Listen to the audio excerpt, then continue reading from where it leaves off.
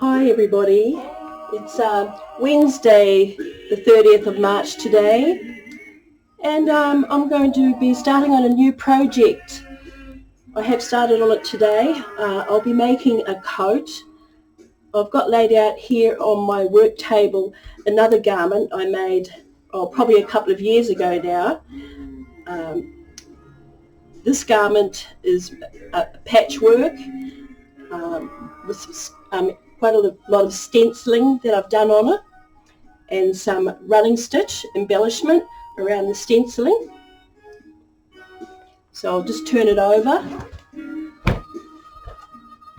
I'm showing this skirt because the coat project I'm about to embark on will be a very similar sort of patchwork to this. It'll have all my old standard technique with the stenciling and running stitch. Okay, so at this point today I've only selected some fabrics and cut out a few patches.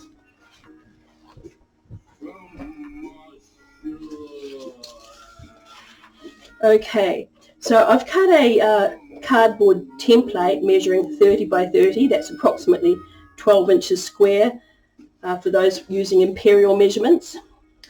And here is a stack of patches that I've cut out.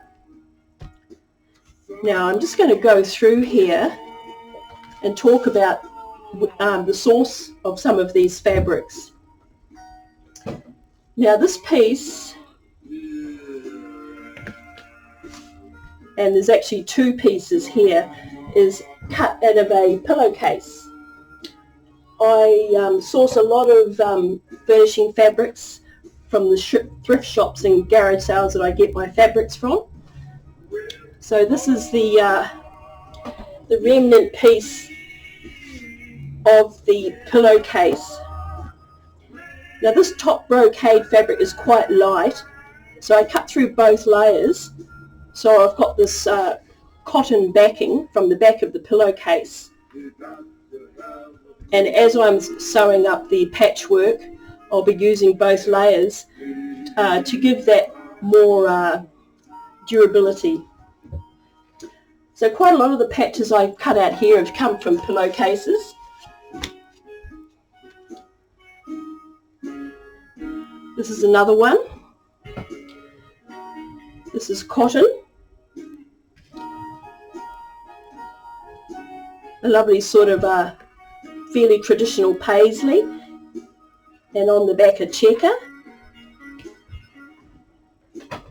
And once again, this is the pillowcase. Now I buy a lot of pillowcases and doona covers to use to recycle in my textiles, and I seldom pay more than $1 for pillowcases like that. Another pillowcase, same again, because the top is just fairly lightweight cotton.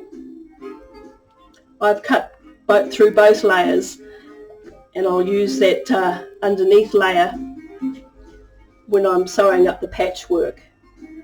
This is embroidered, this piece.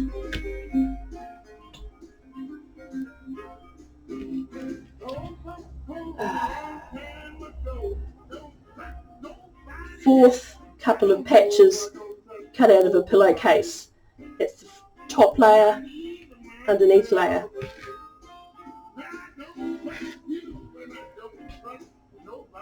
Now I was very excited a few weeks ago to score this doona cover. What Australians call a doona cover is a quilt cover. It's just a big cotton sack that you put a quilt inside of.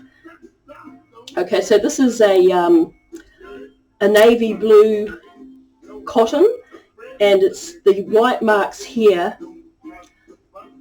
are actually stitching, running stitch. That gives the fabric a nice weightiness to it. Now that doona cover cost me $4, and it's in pretty good condition. It's got a lot more wear in it. It was a king size. I paid $4 for it. So I've got 3 meters by 3 meters of the top fabric, this lovely running stitch embellished fabric, or the equivalent of 9 square meters. And when I make this coat, I'm going to use the underneath layer of that doona, which is just plain dark blue cotton, as the lining for the coat. Another patch cut from another cotton doona cover. These pieces are from a sort of vintage tablecloth, and the white on there isn't a printed pattern. It's actually stitching. And I see these kind of cotton tablecloths very, very often on my searches through thrift shops. This is the remnant of that piece, and once again, that's a really big piece of fabric, about 1.2 by 1.2. That cost me $2. Excuse me, slightly dry throat.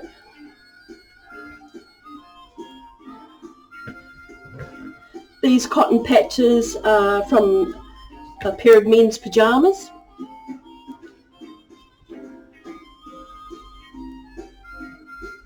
This is another cushion cover that I've salvaged some nice pieces of textile from. This is a heavyweight cotton brocade. This is actually the cushion cover here that I paid about 50 cents for. Now I'm deciding to use the inside of the fabric as the face side, because the outer part of this fabric is actually quite pilled and not in very good condition, and it has a few stains on it, and I just didn't think it was a really good standard. But I still really liked the inside of it, so I bought it to use with that as the outer side. These patches are pieces of wool, pure wool suiting.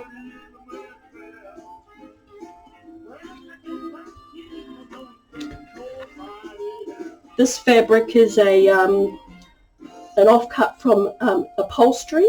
It's a lovely brocade, so that it's probably too subtle for you to see very well, but it's got that lovely blue stitching on that green background. Piece of denim, of course, and some of the good old Hawaiian print. I'll just show you these before I finish up in a moment. Now this is a pair of denim jeans that I've salvaged, and I had done some work on here. It was essentially a sampler that I used in a class where I was giving people some tuition about running stitch embellishment. Okay, so I'm going to use a big piece of this to incorporate in my project. So I'm going to actually cut away that stuff down there, and I'm going to use this great big square. I may yet resize it. So I'm cutting away that other part of the trousers, and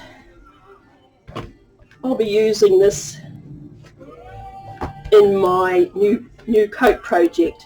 And of course I'm planning to use both that insert pocket there and that patch pocket somewhere amongst this patchwork, you know, so it will be incorporated in there, and I'll have these pockets ready made to use. And I have another nice decorated fragment from another project, and I'll probably put this somewhere in the patchwork as well. Now when I'm preparing fabrics to make a garment, I usually actually stencil them in advance and then cut out my patches. But today I'm doing it a bit differently. I'm actually going to make the patchwork, make the textile first, and then I'm going to do some stenciling when the patchwork textile is formed up. And just showing you some of my standard favourite kind of stencils. Okay, so I will get back to you probably in the next day or two with how I've moved on from this stage to start making the textile fabric. Thanks for watching. See ya.